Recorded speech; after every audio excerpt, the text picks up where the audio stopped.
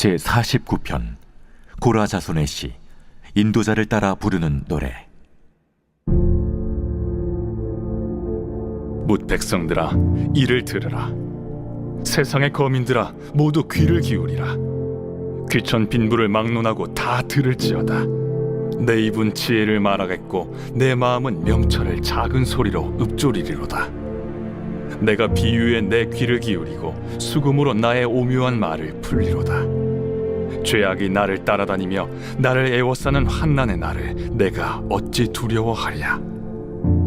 자기의 재물을 의지하고 부유함을 자랑하는 자는 아무도 자기의 형제를 구원하지 못하며 그를 위한 속전을 하나님께 바치지도 못할 것은 그들의 생명을 속량하는 값이 너무 엄청나서 영원히 마련하지 못할 것임이니라.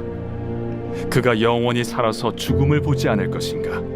그러나 그는 지혜 있는 자도 죽고 어리석고 무지한 자도 함께 망하며 그들의 재물은 남에게 남겨두고 떠나는 것을 보게 되리로다. 그러나 그들의 속생각에 그들의 집은 영원히 있고 그들의 거처는 대대에 이르리라 하여 그들의 토지를 자기 이름으로 부르도다.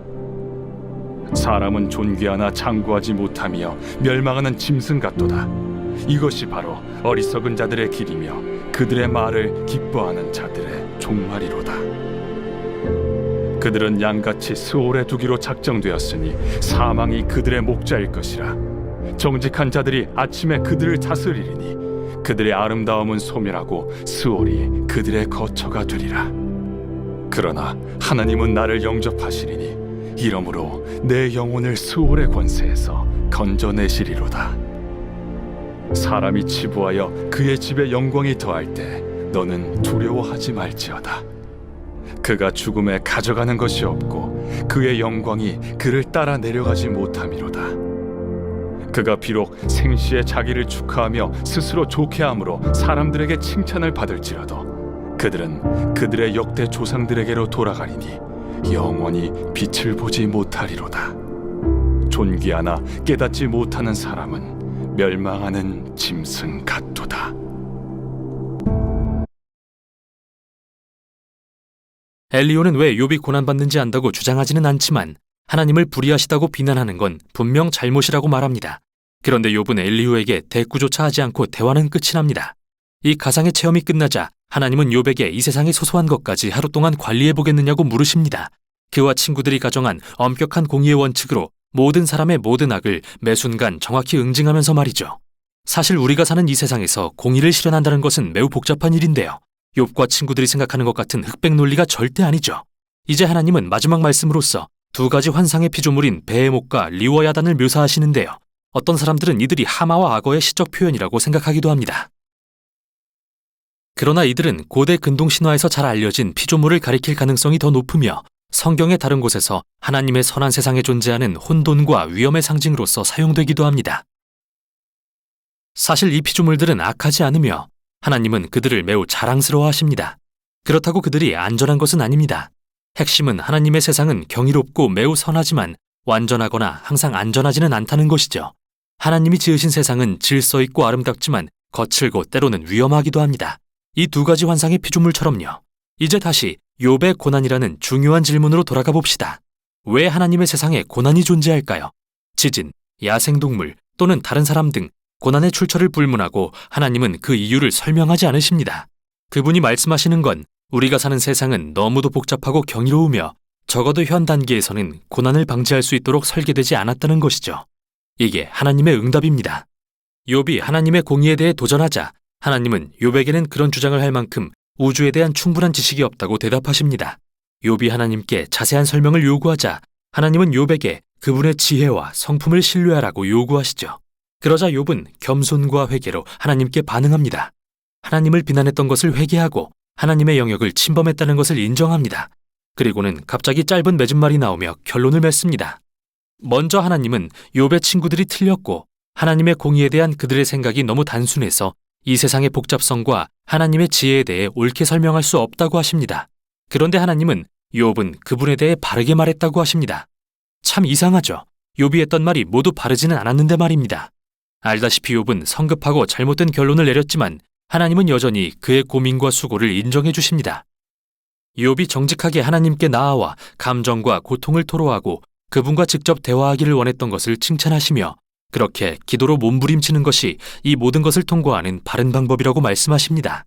책의 결말에 이르러 욥은 잃었던 건강과 가족과 부 모두를 되찾는데요.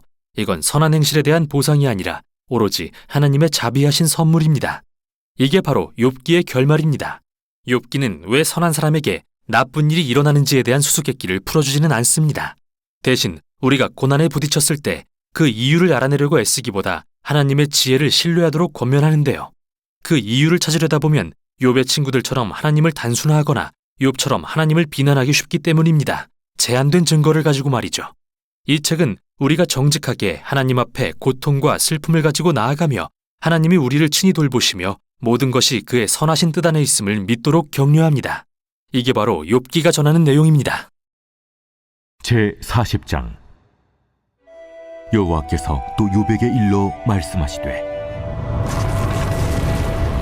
트집 잡는 자가 전능자와 다투겠느냐?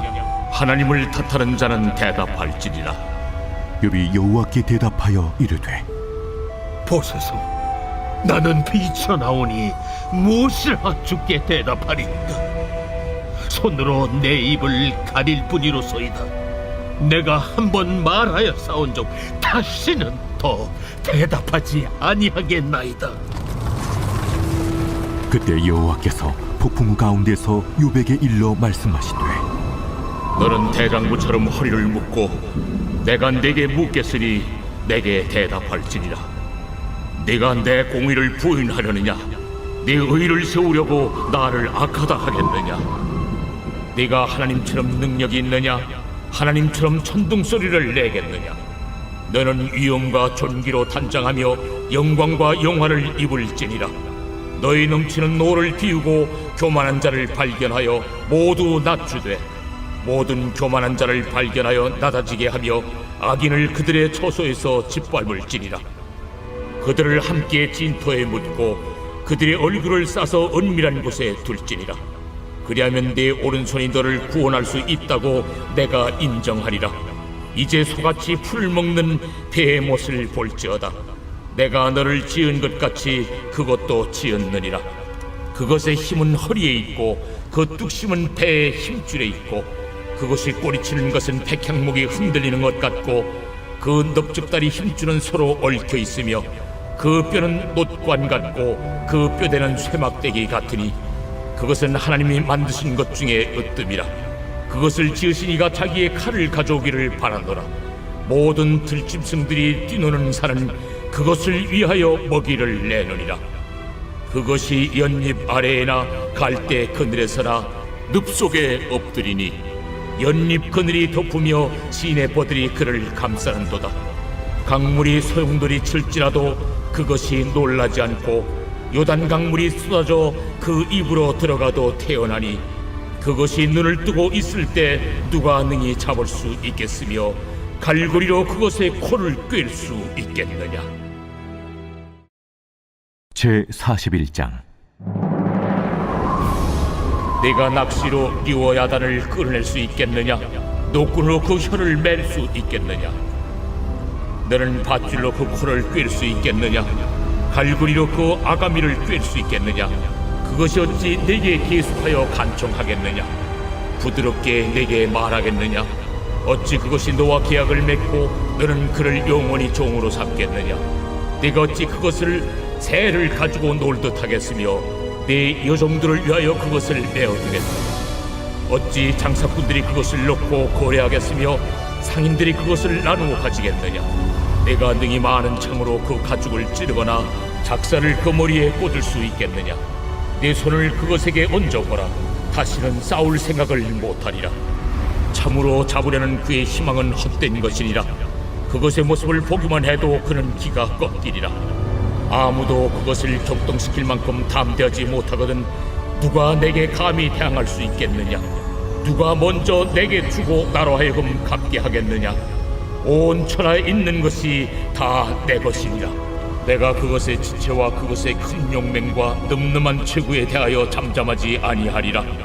누가 그것의 겉가죽을 벗기겠으며 그것에게 격제가를 물릴 수 있겠느냐? 누가 그것의 턱을 벌릴 수 있겠느냐?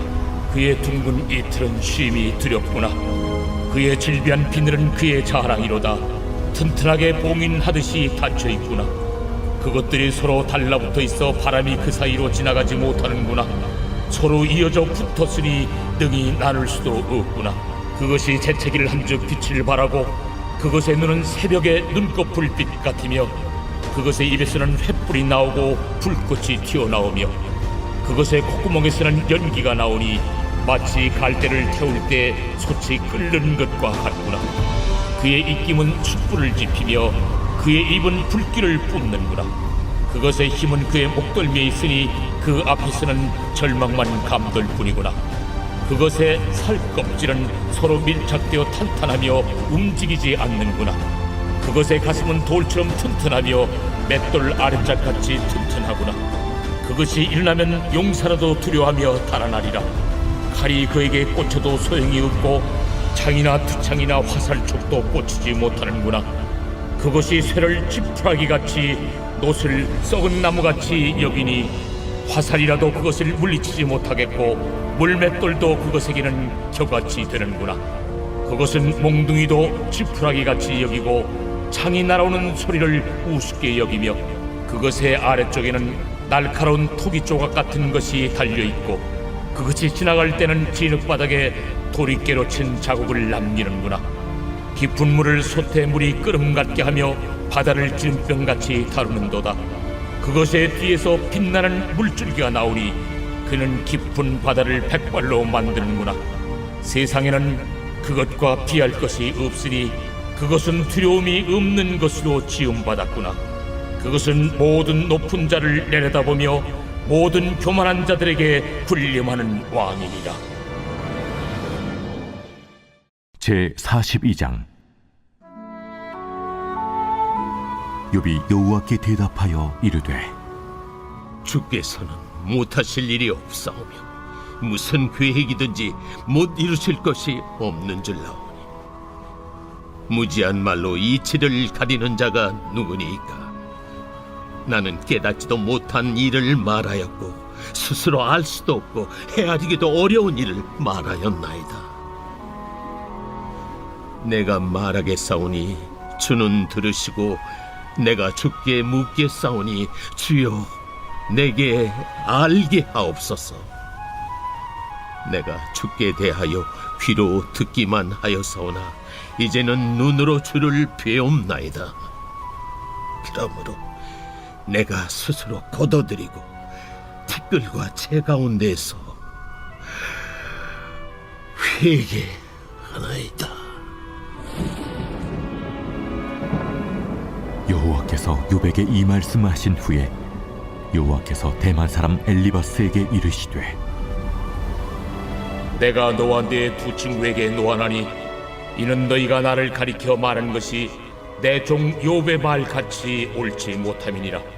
그런즉 너희는 수소 7과 순양 7을 가지고 내 종 욥에게 가서 너희를 위하여 번제를 드리라. 내 종 욥이 너희를 위하여 기도할 것인즉 내가 그를 기쁘게 받으리니 너희가 우매한 만큼 너희에게 갚지 아니하리라. 이는 너희가 나를 가리켜 말한 것이 내 종 욥의 말같이 옳지 못함이라.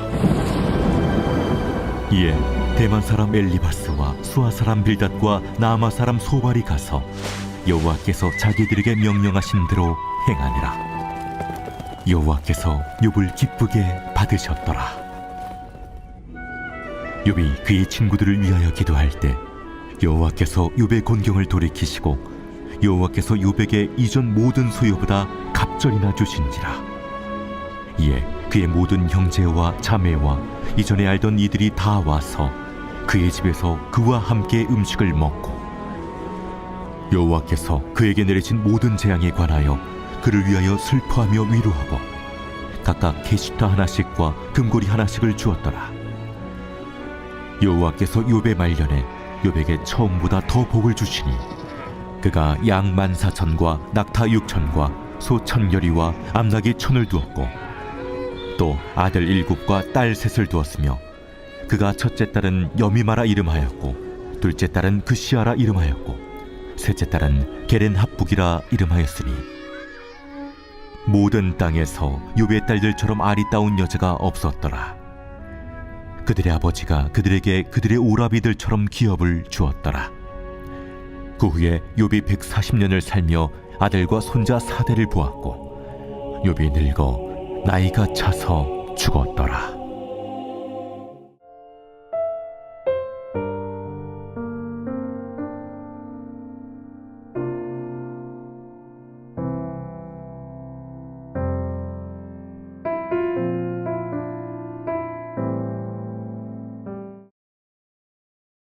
마태는 사람들이 예수님과 그분의 말씀에 어떻게 반응하는지에 관한 이야기들을 모아 들려줍니다. 반응은 각양각색인데요. 어떤 이들은 긍정적입니다. 예수님을 사랑하고 그분을 메시아라고 믿죠.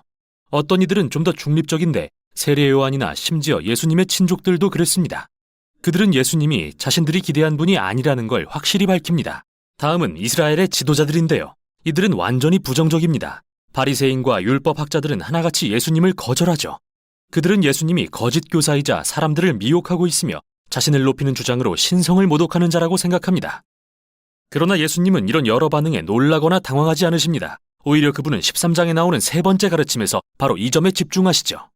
여기서 마태는 하나님 나라에 관한 예수님의 다양한 비유, 예를 들면 네 종류의 땅에 씨를 뿌리는 농부, 겨자씨, 밭에 감추인 보화 등의 비유를 모아두었는데 이는 마치 방금 읽은 11장과 12장의 이야기들에 대한 해설과 같습니다. 어떤 이들은 예수님을 열정적으로 받아들이고 어떤 이들은 그분을 거절하지만 궁극의 가치를 지닌 하나님 나라는 그 어떤 방해에도 불구하고 계속 확장될 것입니다. 이렇게 해서 마태복음의 전반부를 살펴봤는데요. 여기 여러분이 이 장들을 읽을 때 주의 깊게 살펴볼 것들이 몇 가지 더 있습니다. 기억하세요. 마태는 예수님을 구약 줄거리의 연속이자 완성으로서 소개하고 있습니다. 그렇다면 그가 어떻게 구약의 구절들을 인용하고 있는지 찾아보세요.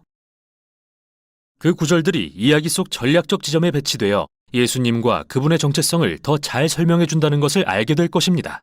그러니 잠깐 멈추어 시간을 내서 그 구절들을 찾아 각각 구약의 맥락에서 읽어보세요. 정말 멋지고 흥미로운 연결점들을 발견할 것입니다. 마지막으로 예수님을 받아들이고 그분을 따른 사람들의 부류에 주목해보세요. 대부분 하찮고 보잘것없고 종교적이지 않은 사람들이라는 걸 알 수 있는데요. 바로 이들이 예수님을 믿음으로 변화되어 그분을 따르는 사람들입니다. 반면 종교적이고 교만한 사람들은 그분을 못마땅하게 여깁니다. 과연 예수님과 이스라엘 지도자들 간의 이 갈등은 어떻게 끝이 날까요? 마태복음 후반부에서 바로 그 내용을 살펴보겠습니다.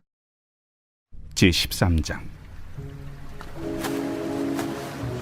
그날 예수께서 집에서 나가사 바닷가에 앉으시매 큰 무리가 그에게로 모여들거늘 예수께서 배에 올라가 앉으시고 온 무리는 해변에 서 있더니 예수께서 비유로 여러 가지를 그들에게 말씀하여 이르시되 씨를 뿌리는 자가 뿌리러 나가서 뿌릴새 더러는 길가에 떨어짐에 새들이 와서 먹어버렸고 더러는 흙이 얕은 돌밭에 떨어짐에 흙이 깊지 아니하므로 곧 싹이 나오나 해가 돋은 후에 타서 뿌리가 없으므로 말랐고 더러는 가시떨기 위에 떨어짐에 가시가 자라서 기운을 막았고 더러는 좋은 땅에 떨어짐에 어떤 것은 100배 어떤 것은 60배 어떤 것은 30배의 결실을 하였느니라.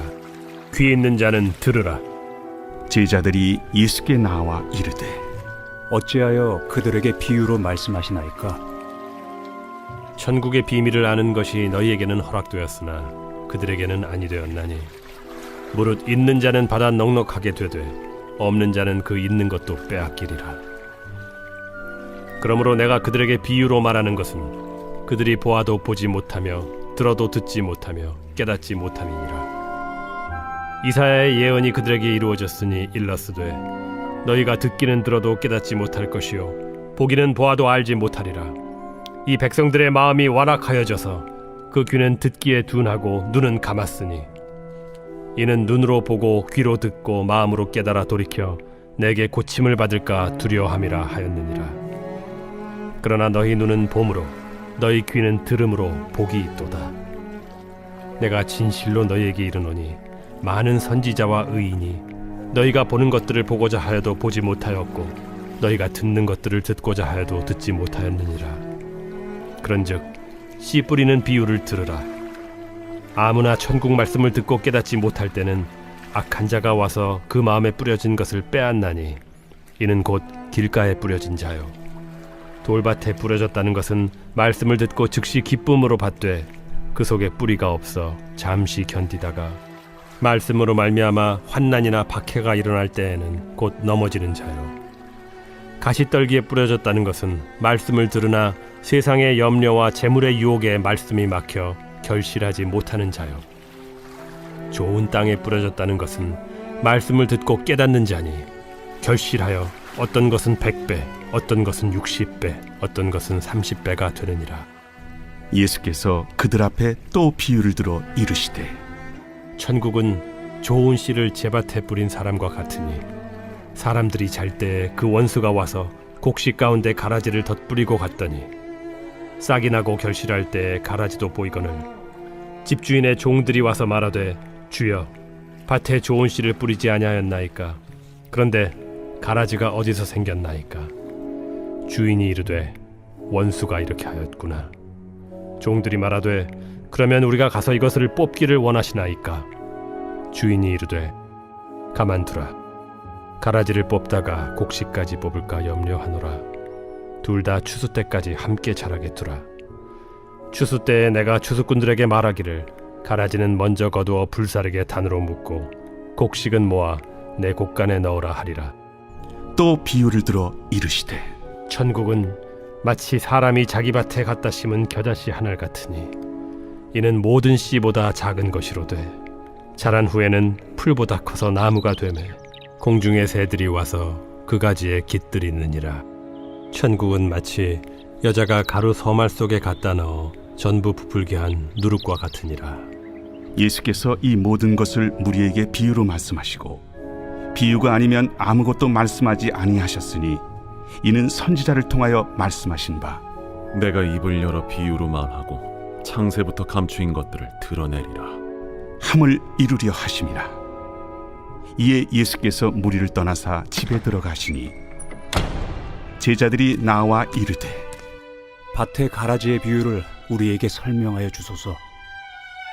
좋은 씨를 뿌리는 이는 인자요 밭은 세상이요 좋은 씨는 천국의 아들들이요 가라지는 악한 자의 아들들이요 가라지를 뿌린 원수는 마귀요 추수 때는 세상 끝이요 추수꾼은 천사들이니 그런즉 가라지를 거두어 불에 사르는 것 같이 세상 끝에도 그러하리라.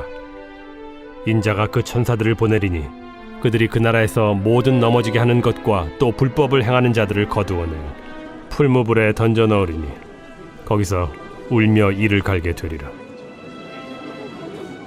그때 의인들은 자기 아버지 나라에서 해와 같이 빛나리라. 귀 있는 자는 들으라. 천국은 마치 밭에 감추인 보화와 같으니 사람이 이를 발견한 후 숨겨두고 기뻐하며 돌아가서 자기의 소유를 다 팔아 그 밭을 사느니라. 또 천국은 마치 좋은 진주를 구하는 장사와 같으니 극히 값진 진주 하나를 발견하며 가서 자기의 소유를 다 팔아 그 진주를 사느니라. 또 천국은 마치 바다에 치고 각종 물고기를 모는 그물과 같으니 그물에 가득함에 물가로 끌어내고 앉아서 좋은 것은 그릇에 담고 못된 것은 내버리느니라. 세상 끝에도 이러하리라. 천사들이 와서 의인 중에서 악인을 갈라내어 풀무불에 던져 넣으리니 거기서 울며 이를 갈리라. 이 모든 것을 깨달았느냐? 그러하오이다. 그러므로 천국에 제조된 서기관마다 마치 새 것과 옛 것을 그 곳간에서 내오는 집주인과 같으니라. 예수께서 이 모든 비유를 마치신 후에 그곳을 떠나서 고향으로 돌아가사 그들의 회당에서 가르치시니 그들이 놀라 이르되 이 사람의 이 지혜와 이런 능력이 어디서 났느냐? 이는 그 목수의 아들이 아니냐? 그 어머니는 마리아, 그 형제들은 야고보, 요셉, 시몬, 유다라 하지 않느냐? 그 누이들은 다 우리와 함께 있지 아니하냐? 그런즉 이 사람이 이 모든 것이 어디서 났느냐? 하고 예수를 배척한지라. 예수께서 그들에게 말씀하시되 선지자가 자기 고향과 자기 집 외에서는 존경을 받지 않음이 없느니라. 그들이 믿지 않음으로 말미암아 거기서 많은 능력을 행하지 아니하시니라.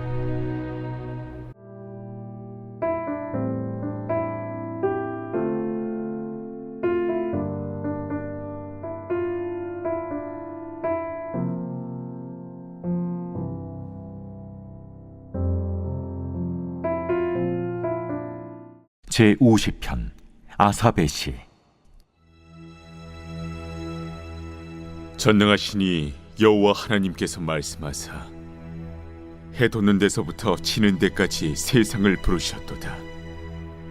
온전히 아름다운 시온에서 하나님이 빛을 비추셨도다.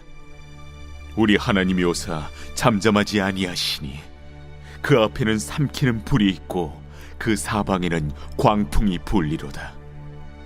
하나님이 자기의 백성을 판결하시려고 위 하늘과 아래 땅에 선포하여 이르시되 나의 성도들을 내 앞에 모으라.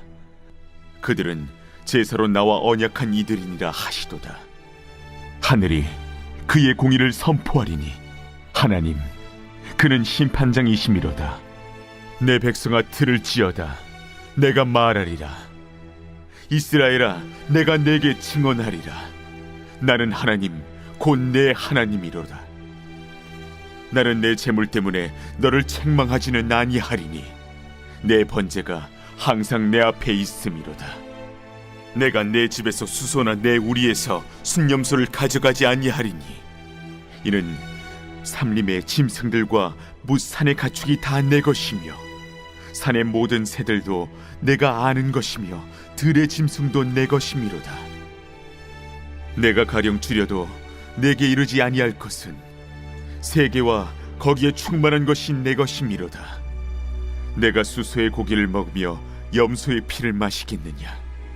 감사로 하나님께 제사를 드리며 지존하신 이에게 내 소원을 갚으며 환난 날에 나를 부르라. 내가 너를 건지리니 내가 나를 영화롭게 하리로다. 악인에게는 하나님이 이르시되 내가 어찌하여 내 율례를 전하며 내 언약을 내 입에 두느냐.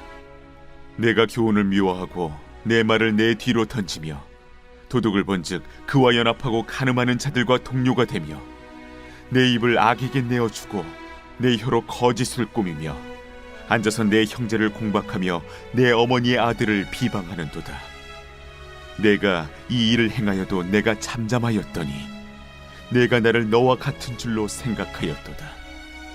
그러나 내가 너를 책망하여 내 죄를 내 눈앞에 낱낱이 드러내리라 하시는도다.